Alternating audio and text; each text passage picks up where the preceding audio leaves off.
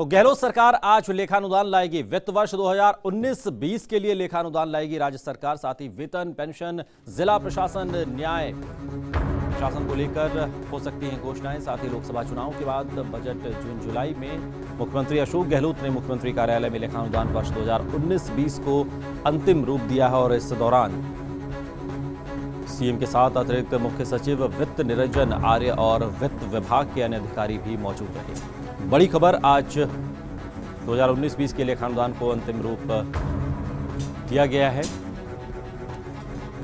गहलोत सरकार आज लेखानुदान लेकर आएगी। वेतन, पेंशन, जिला प्रशासन समेत तमाम विषय इसके अंदर होंगे। लोकसभा चुनाव के बाद बजट जून जुलाई में और आज गहलोत सरकार लाएगी लेखानुदान।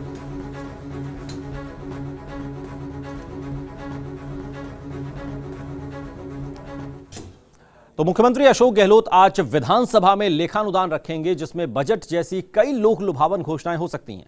चुनावी साल में कांग्रेस सरकार सभी वर्गों को कुछ ना कुछ दे सकती है। और कैसा होगा लेखानुदान, क्या क्या घोषणाएं होंगी लेखानुदान में, इसे लेकर हमारी ये खास रिपोर्ट देखिए। प्रदेश के लिए बुधवार का दिन सौगातें लेकर आएगा। प्रदेश की सबसे बड़ी पंचायत विधानसभा में लेखा अनुदान रखा जाएगा। मुख्यमंत्री अशोक गहलोत लेखा अनुदान पेश करेंगे। वैसे तो ये लेखा अनुदान है, लेकिन चुनावी साल में ये बजट जैसा हो सकता है। इसमें कई तरह की लोक लुभावन घोषणाएं की जा सकती है। लोकसभा चुनाव को देखते हुए कांग्रेस सरकार कई बड़ी घोषणाएं कर सकती है। मोदी सरकार ने भी अंतरिम बजट में बजट जैसी बड़ी घोषणाएं कर सभी को चौंकाया था। उसी तरह सीएम गहलोत भी लेखा अनुदान में कई तरह की बड़ी घोषणाएं कर सकते हैं।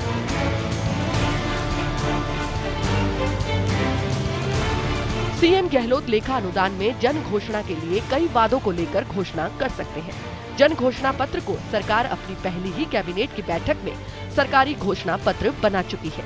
यही कारण है कि जन घोषणा पत्र को ध्यान में रखते हुए कई राहत भरी बड़ी घोषणाएं हो सकती है। हालांकि सरकार को बने करीब 2 महीने ही हुए हैं, लेकिन लोगों को इस लेखा अनुदान में कई तरह की घोषणाओं की उम्मीद है। इसी को ध्यान में रखते हुए सीएम गहलोत लेखा अनुदान में ही बजट जैसी घोषणाएं कर सभी को चौंका सकते हैं।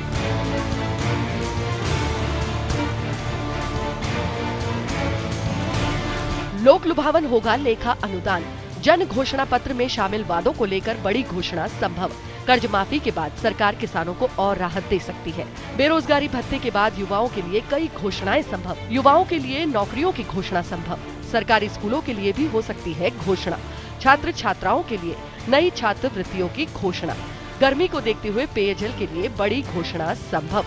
ग्रामीण विकास को लेकर हो सकता है बड़ा ऐलान। शहरी इलाकों के लिए हो सकती है घोषणा।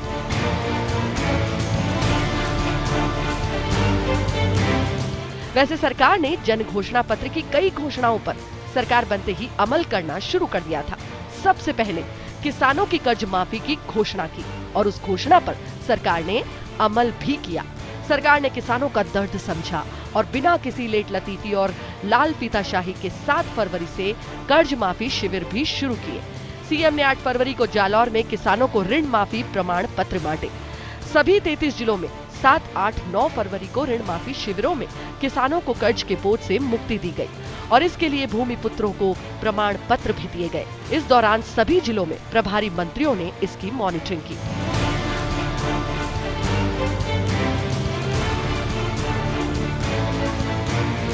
गहलोत सरकार ने युवाओं से जन घोषणा पत्र में किया वादा भी निभाया।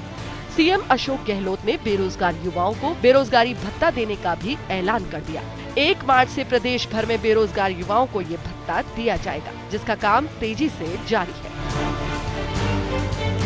इन सभी घोषणाओं के बाद भी सीएम अशोक गहलोत लेखा अनुदान में कई तरह की घोषणाएं कर आम जन को राहत दे सकते हैं। उम्मीद है कि जादूगर सीएम गहलोत का ये लेखा अनुदान सामान्य बजट से कम नहीं होगा और वे सभी वर्गों के लिए सौगातों का पिटारा खोलेंगे।